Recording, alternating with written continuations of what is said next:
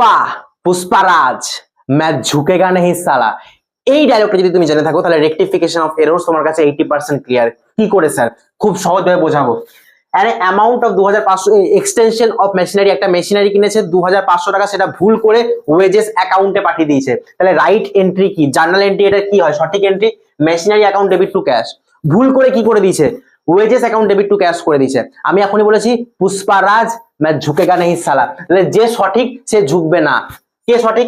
Machinery সঠিক, মানে machinery নিজের জায়গা চেঞ্জ করবে না। তার মানে এন্ট্রি হবে machinery account debit, machinery account debit. কে ঝুঁকবে না? যে ভুল করবে সেই ঝুঁকবে। তাহলে কে ভুল করেছে? ওয়েজেস। ওয়েজেস ভুল করেছে মানে ও ঝুঁকে যাবে।